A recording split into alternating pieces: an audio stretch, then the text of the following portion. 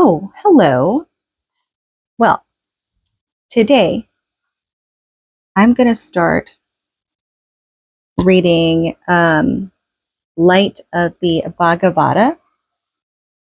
I've actually had this book for several years now, and I think my mom actually gave it to me, but I've always wanted to read this book. And since I was starting to read the Bhagavad Gita um, Awakening, I remembered this book that I got. So let us read this book. And of course, I will continue to read the rest of the mystery book as well. But for now, it's just kind of all sorts of different things that too many things that I want to do at once. So it says, His Divine Grace, A.C. Bhakti Vedanta Swami Prabhupada, founder of Acharya of the International Society for Krishna Consciousness. Oh, look, there's a picture. So, His Divine Grace, A.C. Bhaktivedanta Swami Prabhupada, the leading exponent of the science of KRSNA, Krishna consciousness in the West, and the world's most distinguished teacher of Vedic religion and thought, has written more than 60 volumes of authoritative translations, commentaries, and sundry studies of the philosophical and religious classics of India.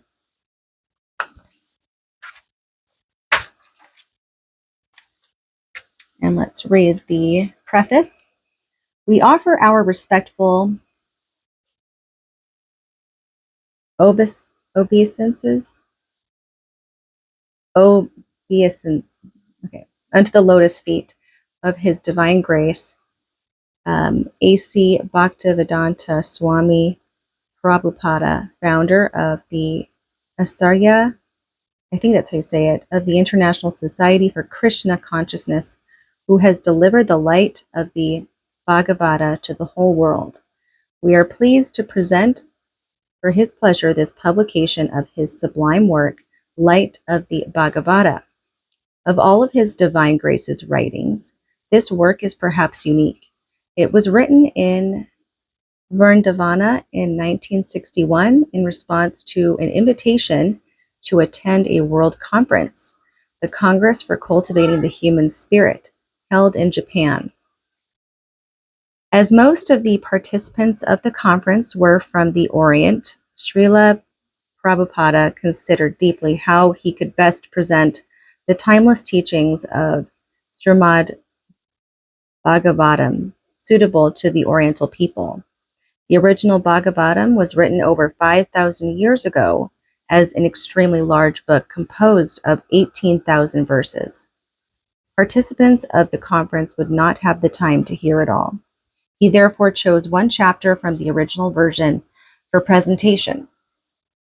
The chapter he selected was a description of the autumn season. Oh, what do you know? We're in autumn season right now. In Vrindavan,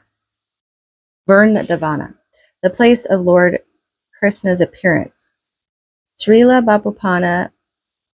Prabhupada knew that the Oriental people were very fond of hearing descriptions of nature, and that the time of the autumn season is particularly auspicious to them. And that's very true, actually. And that's why we, Chinese culture, we celebrate the autumn moon. So Autumn Moon Festival, which we just had, that passed, was on September 21st, I think.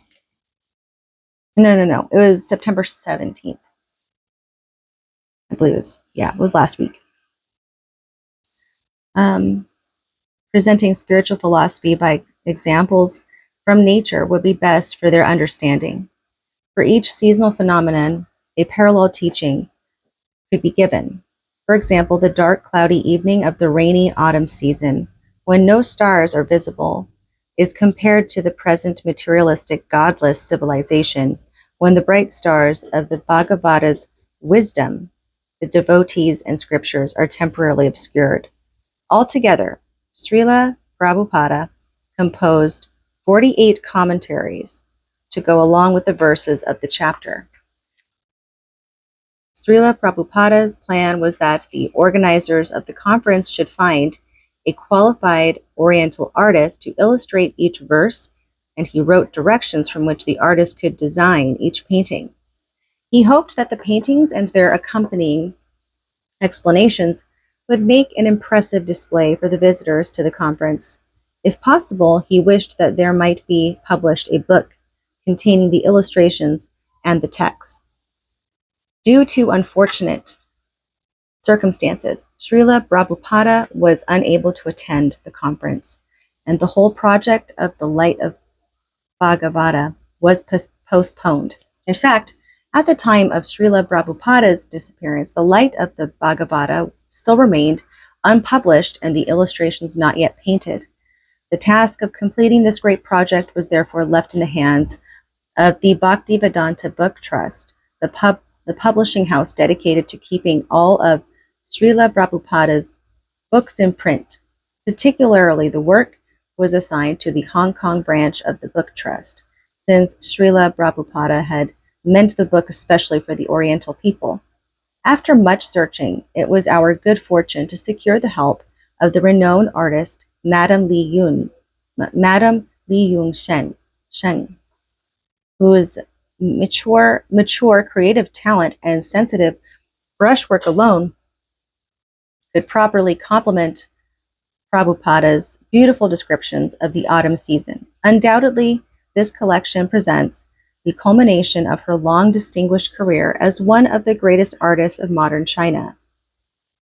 Her Gangbi style of painting, together with Srila Prabhupada's poetic descriptions, which appear alongside, make for a unique blending of the world's two oldest cultural traditions, Indian and Chinese.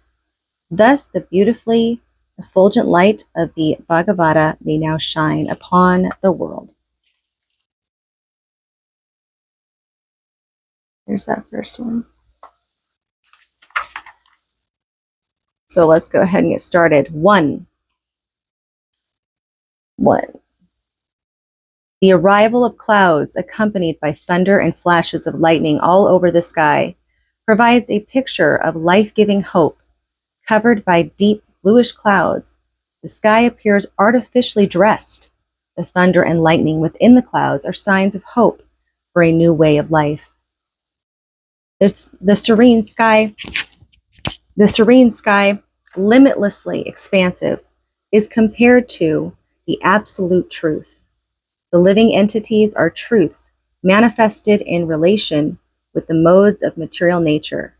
The deep bluish clouds covers only an insignificant portion of the limitless sky, and this fractional covering is compared to the quality of ignorance or forgetfulness of the real nature of the living being. A living entity is as pure as the limitless sky.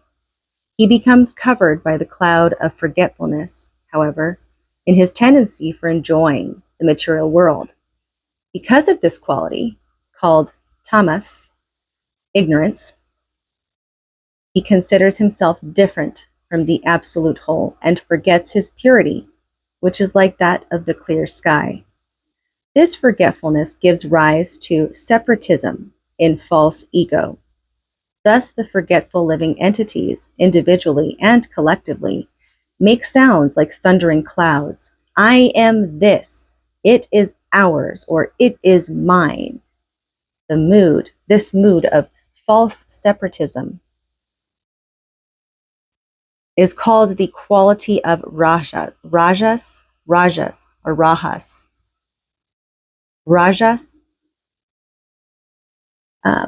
and it gives rise to a creative force for separate lordship over the mode of tamas. The flash of lightning is the only beam of hope that can lead one to the path of knowledge, and therefore it is compared to the mode of sattva, or goodness. The limitless sky, or the all-pervading absolute truth, Brahman, is non-different from the covered portion of the sky. But simultaneously, the whole sky is different from the fractional portion that is liable to be covered by the dark cloud. The cloud, accompanied by thunder and lightning, cannot possibly cover the limitless sky, is simultaneously one with the manifested living being and different from him. The living being is only a sample of the absolute truth and is prone to be covered by the circumstantial cloud of ignorance. There are two parties of philosophers, generally known as the monist and the dualist. The monist believes in the oneness of the absolute truth and the living entity, but the dualist believes in the separate identities of the living being and the absolute truth. Above these two classes of philosophers is the philosophy of Asintya Veda Veda Tattva, or the truth of simultaneous oneness and difference. This philosophy was propounded by Lord Sri Chaitanya Mahaprabhu in his explanation of the Vedanta Sutras.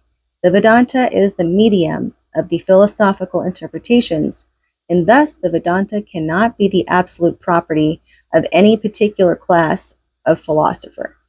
A sincere seeker of the absolute truth is called a Vedantist. Veda means knowledge. Any department of knowledge is called a part of the Vedic knowledge, and Vedanta means the ultimate conclusion of all branches of knowledge. As philosophy is called the science of all sciences, Vedanta is the ultimate philosophy of all philosophical speculations. Number 2, the scorching heat of the sun evaporates water from the seas, rivers, lakes, and reservoirs, and there is little water anywhere. The people become thirsty and always look overhead for rain, but in despair. Yet, just at the right moment, torrents of rain begin to fall everywhere in the land, even on the hard stones, and the land becomes over-flooded. Get the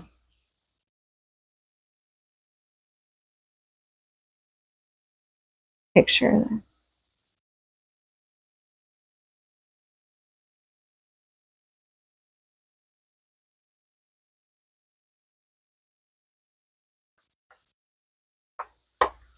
The welfare state imposes upon its citizens scorching taxes in various forms: income tax, sales tax, land tax, terminal tax, excise tax, customs tax, and so many other taxes.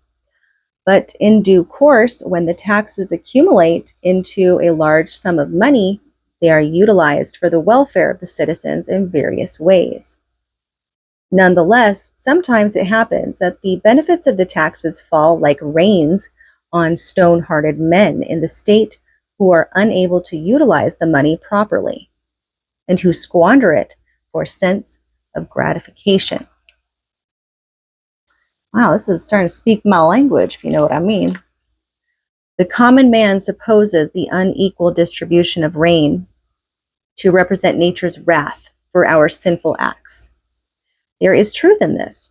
Thus, to have an equal distribution of state-raised taxes, the citizens need to be scrupulously honest and virtuous. They should be honest in the payment of taxes to the state and should have honest representatives to look over the administration. In the modern setup of democratic states, the citizens can have no cause for grievances because the whole administration is conducted by the people themselves. If the people themselves are dishonest, the administrative machinery must be corrupt. Although a damned government of the people may be given a good or fancy name, if the people are not good, they cannot have good government, regardless of which party governs the administration. Therefore, good character in the consciousness of the mass of people is the first principle necessary for a good government and equal distribution of wealth.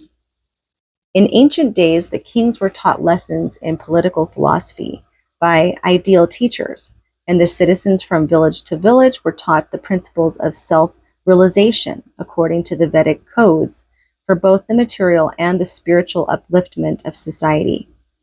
Therefore, the citizens were God-conscious and honest in their dealings, and the kings were responsible for the welfare of the state. The same basic principles are accepted in the democratic governments of the present day, for the irresponsible party of the people is always voted out of power and must yield to the responsible party for a better government.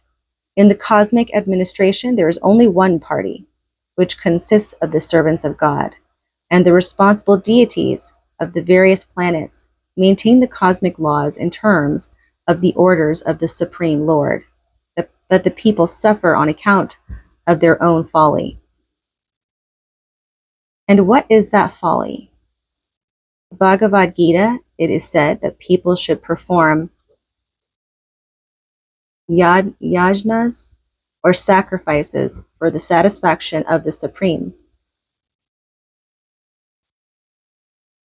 Anad Bravanti Bhutani Parjanyad Ana Sambhava Yajnad Bhavati Parjanyo Yajna Karma Samadbhava. That means all living bodies subsist on food grains, which are produced from rains. Rains are produced by performance of yajna, sacrifice, and yajna is born of prescribed duties. The Supreme is all-pervading. Therefore, people must learn to perform yajnas. I think I'm saying that correct, maybe not. To satisfy the all-pervading Supreme Truth. There are different types of sacrifices or yajnas prescribed for different ages. And in the present age of iron industry, the yajna that enlightens the mind of the masses for God consciousness is recommended. This process of yajna is called the Sankirtana Yajna, or mass agitation for invoking man's lost spiritual consciousness. As soon as this movement is taken up through spiritual singing, dancing, and feasting, the people will automatically become obedient and honest. Obedience is the first law of discipline. The people have become disobedient to the laws of God, and therefore neither rain nor wealth is equally distributed. Okay, back. So, now I need to find where I left off.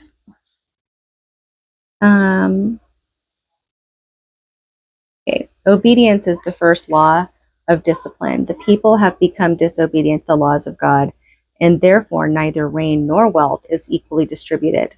A man who is ultimately disobedient cannot have any good qualifications. When disobedient leaders lead the disobedient people, the whole atmosphere of the administration becomes polluted and full of dangers, as when a blind man leads several other blind men. The state taxes, therefore, should be spent to build the character of the people in general. That will bring happiness to the citizens of the state. Number 3.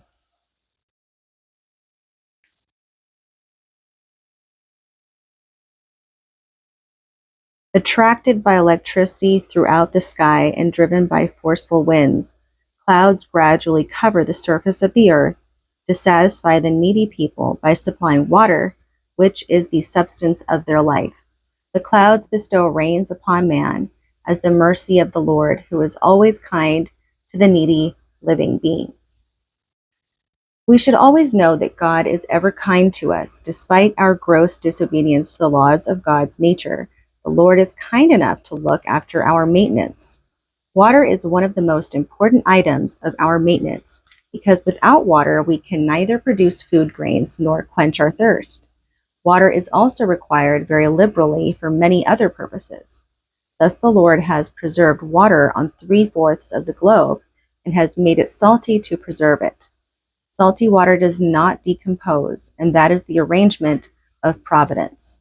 The Lord has engaged the powerful sun to evaporate the water of planets like earth and distill it into clear water in the clouds, and then stock it on the peaks of mountains as we stock water in overhead tanks for later distribution. Part of the stock of water is refrigerated into ice so that it will not flood the earth for no good purpose. The ice melts gradually throughout the year, flows down through the great rivers, and glides down the sea again for preservation. Therefore, the laws of God's nature are neither blind nor accidental, as men with a poor fund of knowledge conclude. Behind the laws of nature is the living brain of God, just as there is always a lawmaker behind all the laws of the state. It does not matter whether or not we see the lawmaker behind the common laws, we must admit that there is a lawmaker. Matter can never work automatically without a living hand, and therefore we must admit the existence of God, the supreme living being, behind the laws of nature. The Lord says in Bhagavad Gita that nature works under his superintendence. And this is Maya Dhyaksana Takat Suyat Sa Karakaram Hitu Nanina Kantia Jagad Viparvarte. I don't know. I'm trying. Okay, I'm trying. And basically this means this material nature, which is one of my energies, is working under my direction, O son of Kunti, producing all moving and non-moving beings. Under its rule, this manifestation is created and annihilated again and again. And that's what it translates to. Nature is only a power, and behind the power is a powerhouse and a brain. Just as behind electrical power, there is an electrical powerhouse where everything is conducted by the brain of the resident engineer. The material nature works so nicely and not blindly because of the superintendence of the supreme powerful God. In the Vedic hymns, Atharva Veda, the same thing is confirmed. It is only under the superintendence of God that all the natural laws are conducted. The Lord distributes his mercy in the form of rains on the scorched earth at times of dire necessity. He supplies rain when we are practically on the verge of death for want of water. God is merciful undoubtedly, but he bestows his mercy on us when we need it most. This is so because we forget God as soon as we obtain this mercy. We should therefore remember the mercy of God constantly if we want to avoid distress. We are eternally related with him, despite the state of forgetfulness already described above. Bhagavad Gita confirms that the laws of nature are stringent because they are conducted by 3 different modes, but one who surrenders unto the Lord overcomes the stringency of nature easily. In the Bhagavad Gita, the Lord affirms this. Daivi Haisa Gunamayi Mama Maya Duratayaya Mam Ivai Prapadyante Diante Mayam Etam Tarantite. And this means this divine energy of mine, consisting of the 3 modes of material nature, is difficult to overcome. Those who have surrendered unto me can easily cross beyond it. Ooh, look at this. Look at that one.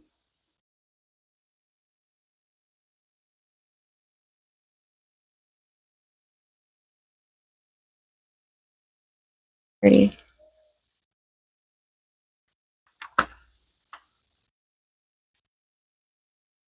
Number 4.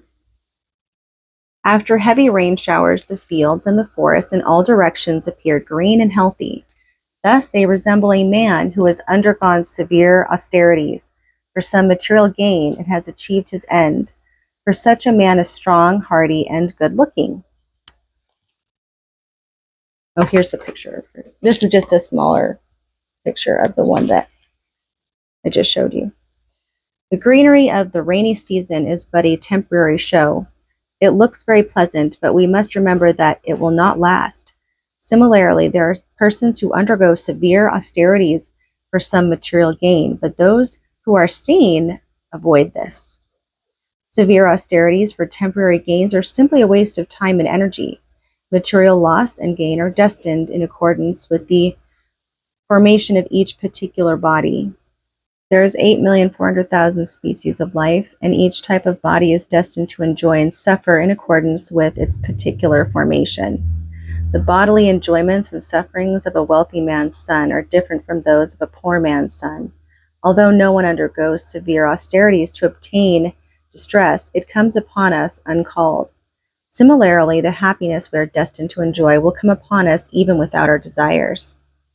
Even though we may be able to avoid distress and artificially enjoy some material happiness by temporary achievements, this represents no factual gain in life. Our duty is to achieve permanent happiness and eternal life. And it is for that purpose only, for the ultimate gain, that we should undertake all sorts of penances and austerities. This ultimate gain is possible to achieve in the human form of life. Permanent happiness is possible when one is free from material sources of happiness, for continuation of material bondage means continuation of the threefold miseries. Human life is meant for ending these miseries. We should not try to be beautiful like seasonal flowers or greenery that flourish in the rainy season but are weary in the winter. To be enlivened by the clouds of ignorance overhead and to enjoy the sight of temporary greenery is not at all desirable. One should try to live in the unlimited clear sky, overflooded with the rays of the sun and moon. That is what we actually desire, a life of freedom and eternity, complete knowledge, and a blissful atmosphere is the heart's desire of an enlightened soul. We should undertake all sorts of penances and austerities to attain that permanent source of happiness. I think I'm going to end it there for now, and we will continue to read more later. I'm glad I was able to find this book. I love that it has art in it too. So, anyways, I hope you guys like that, and I'll see you guys next time.